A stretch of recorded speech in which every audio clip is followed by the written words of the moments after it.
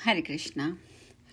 पौराणिक शिक्षाप्रद कथाओं के अंतर्गत आज हम बात करेंगे रामायण काल के 10 प्रमुख मायावी राक्षस। आप जानते हैं कि रामायण काल में बहुत सारे राक्षस थे जिनका भगवान श्री राम ने वध किया। तो उसमें से जो प्रमुख 10 थे उनकी बात करते हैं, उनका अलग अलग वर्णन। जबकि इन सब 10 राक्षसों का वर्णन जो है वो वाल्मीकि रामायण में और रामचरितमानस दोनों में ही मिलता है। तो आप लोगों को ज्ञात भी होगा, परंतु हम स्पेसिफिकली नामों के हिसाब से उनके बारे में थोड़ा थोड़ा सा जानने का प्रयास करेंगे। जैसे सबसे पहले यदि मैं किसी जिमोन की राक्षस की बात करती हूँ तो वो नाम आता है रावण का, क्योंकि वो भी एक मायावी था।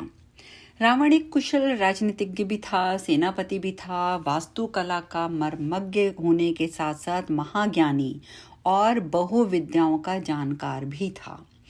राक्षसों के प्रति उसके लगाव के चलते हुए उसे राक्षसों का मुखिया घोषित किया गया था, क्योंकि आप जानते हैं कि चाहे वह एक ब्राह्मण पुत्र था परंतु उसमें राक्षसी प्रवृत्ति ज्यादा थी। रावण ने लंका को नए सिरे से बसाकर राक्षस जाति को एकजुट किया और फिर से राक्षस राज कायम किया। उसने लंका को कुबेर से छीना था। उसे मायावी इसीलिए भी कहा जाता है क्योंकि वह इंद्रजाल, तंत्र, सम्मोहन और तरह तरह के जादू टोने जानता था। उसके पास एक ऐसा विमान भी था जो किसी के पास नहीं था, जबकि बेशक वो विमान कुबेर जी का था, उसने वो विमान भी अपने भाई से ही छीना था। और इन्हीं सब कारणों से लोग उससे बहुत भयभीत भी रहते थे। दूसरा राक्षस है कालनेमी। कालनेमी राक्षस रावण का सबसे ज्यादा, जिसको कहा जाता है, विश्वस्त अनुचर था। वह भयंकर मायावी था और क्रूर भी बहुत था और इसकी प्रसिद्धि दूर दूर तक थी। रावण ने इसे एक बहुत ही कठिन काम सौंप दिया था।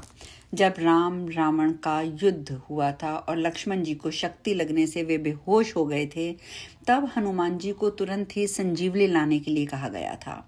और हनुमान जी जब द्रोणाचल की ओर चले तो रावण ने उनके मार्ग में विघ्न पैदा करने के लिए कालनेमी को भेजा था। कालनेमी ने अपनी माया से तालाब, मंदिर, सुंदर बगीचा बनाया और वहीं एक ऋषि का वेश धारण करके मार्ग में बैठ गया। हनुमान जी उस स्थान को देखकर वहां जलपान के लिए रुकने का मन बनाकर जैसे ही तालाब में उतरे, तालाब में प्रवेश करते ही एक मगरी ने उस समय हनुमान जी का पैर पकड़ लिया था और हनुमान जी ने उसे मार डाला था। फिर उन्होंने अपनी पूंछ से कालनेमी को जकड़कर उसका भी वध कर दिया था, क्योंकि वह जो वहां पे मगरमच्छी थी वो भी कालनेमी के कहने पर ही वहां पर आई थी और उसने हनुमान जी का पैर पकड़ा था। तीसरे नंबर पे हम चर्चा करते हैं ताड़का की। ताड़का के बारे में तो आप सभी जानते हैं। ताड़का के पिता का नाम सुकेतु यक्ष और पति का नाम सुंद था। सुंद एक राक्षस था, इसीलिए यक्ष होते हुए भी ताड़का राक्षसी कहलाई, क्योंकि उसका पति राक्षस था।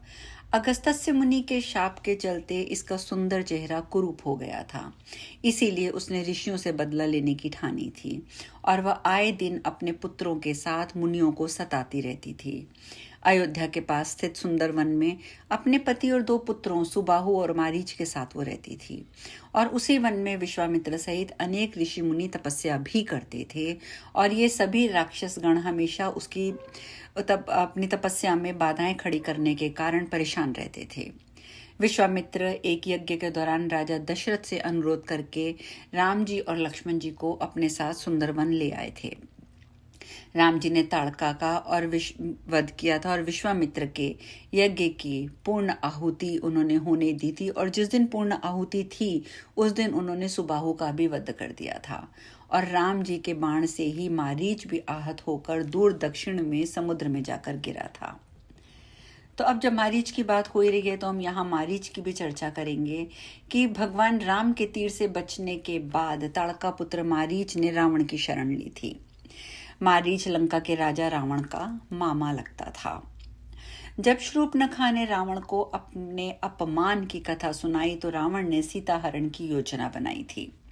देवी सीता का हरण करने के लिए रावण ने मारीच से कहा कि तुम एक सुंदर रूप धारण करो हिरण का और जिसके सींग रत्नमय प्रतीत होते हों, शरीर भी विचित्र विचित्र रत्नों वाला प्रतीत होता हो, और ऐसा रूप बनाओ कि सीता मोहित हो जाएं, और अगर वे मोहित हो गई तो ज़रूर वे राम जी को तुम्हें पकड़ने के लिए भेजेंगी, और इस दौरान मैं उसे हर कर ले आऊँगा।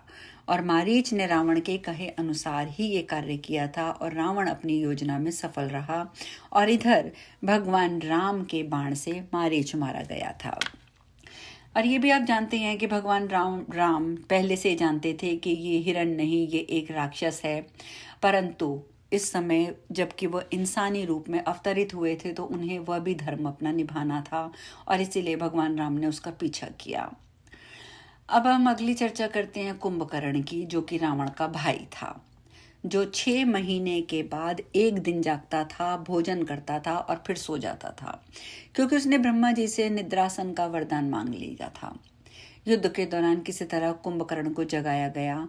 कुंभकर्ण ने युद्ध में अपने विशाल शरीर से वानरों का प्रहार करना जब शुरू किया तो उन्हें आतंकित कर दिया, और राम जी की सेना में हाहाकार मचा दी। सेना का मनोबल बढ़ाने के लिए भगवान राम ने कुंभकर्ण को युद्ध के लिए ललकारा, और भगवान के राम के हाथों ही कुंभकर्ण को वीरगति की प्राप्ति हुई। 6 नंबर पर हम चर्चा करते हैं राक्षस का बंध की, जबकि मैं ये चर्चा पहले कर चुकी हूँ, पर मैं संक्षिप्त में एक बार पुनः बताऊंगी कि सीता माता की खोज में लगे राम जी लक्ष्मण जी को दंडक वन में अचानक एक विचित्र दानव दिखा, जिसका मस्तक और गला नहीं था। उसकी केवल एक आंख ही नजर आ रही थी। वह विशालकाय और भयानक था। उस विचित्र दैत्य का नाम कबंध था। कबंध ने राम लक्ष्मण को एक साथ पकड़ लिया, और राम और लक्ष्मण ने कबंध की दोनों भुजाओं को काट डाला। कबंध ने भूमि पर गिरकर पूछा कि आप कौन वीर हैं। परिचय जानने के बाद कबंध बोला, ये मेरा भाग्य है कि आपने मुझे बंधन से मुक्त कर दिया। कबंध ने कहा, मैं दनु का पुत्र कबंध बहुत पराक्रमी और सुंदर था। राक्षसों जैसी भीषण आकृति बनाकर मैं ऋषियों को डराया करता था, इसीलिए मुझे श्राप मिला और मेरी ये हालत हो गई कि मैं उसी रूप में यहाँ पर मारा मारा फिर रहा था। अब आपके द्वारा मुझे मुक्ति प्राप्त होगी। 7वें नंबर पे हम बात करते हैं राक्षस विराध की। विराध दंडक वन का राक्षस था। सीता माता और लक्ष्मण जी के साथ राम जी ने जब दंडक वन में प्रवेश किया, वहां पर उन्हें ऋषि मुनियों के कई आश्रम दिखे। वहां के ऋषियों ने उन्हें एक राक्षस के उत्पात की जानकारी दी। उसे ब्रह्मा जी से ये वरदान प्राप्त था कि किसी भी प्रकार का अस्त्र शस्त्र ना तो उसकी हत्या कर सकता है, ना ही उसके अंगों को छिन्न भिन्न कर सकता है। भगवान राम और लक्ष्मण जी ने उससे घोर युद्ध किया और उसे इस तरह से घायल किया, फिर उसकी भुजाएं भी काट दी। तभी राम जी बोले, लक्ष्मण, वरदान के कारण ये दुष्ट मर नहीं सकता, इसलिए उचित ये होगा कि हमें भूमि में खड्डा खोदकर उसे गहराई में गाड़ देना चाहिए। लक्ष्मण जी ने गड्ढा खोदा और राम जी ने विराट की गर्दन पर पैर रखकर खड़े हो गए, और तब विराट बोला कि हे प्रभु, मैं तुम्बुरु नाम का गंधर्व हूँ। कुबेर ने मुझे राक्षस बनने का श्राप दिया था। मैं शाप के कारण राक्षस हो गया था। आज आपकी कृपा से मुझे उस शाप से मुक्ति मिल रही है। और राम जी और लक्ष्मण जी ने उसे उठाकर गड्ढे में डाल दिया और गड्ढे को पत्थर आदि से बंद कर दिया। यहीं से उस यक्ष की भी मुक्ति हुई। 8वें और 9वें इन दोनों नंबरों पे आते हैं खर और दूषण। ये दोनों ही रावण के सौतेले भाई थे। ऋषि विश्वरा की 2 पत्नियां थी। खर पुष्पोटकटा से और दूषण वाका से उत्पन्न हुए थे, जबकि कैकसी से रावण का जन्म हुआ था। खर दूषण को भगवान राम ने मारा था। खर और दूषण के वध की घटना रामायण के अरण्य कांड में मिलती है। शूर्पणखा की नाक काटने के बाद खर और दूषण के पास वह गई थी। खर और दूषण ने अपनी अपनी सेना तैयार करके वन में रह रहे राम जी और लक्ष्मण पर हमला किया था, लेकिन दोनों भाइयों ने मिलकर अकेले ही खर दूषण का वध कर दिया था। और आखिरी में हम चर्चा करेंगे मेघनाद की। मेघनाद, जो कि इंद्रजीत भी कहलाता था, क्योंकि उसे स्वर्ग पर आक्रमण करके स्वर्ग पर अपना अधिकार जमा लिया था, इसीलिए वह मेघनाद इंद्रजीत कहलाया।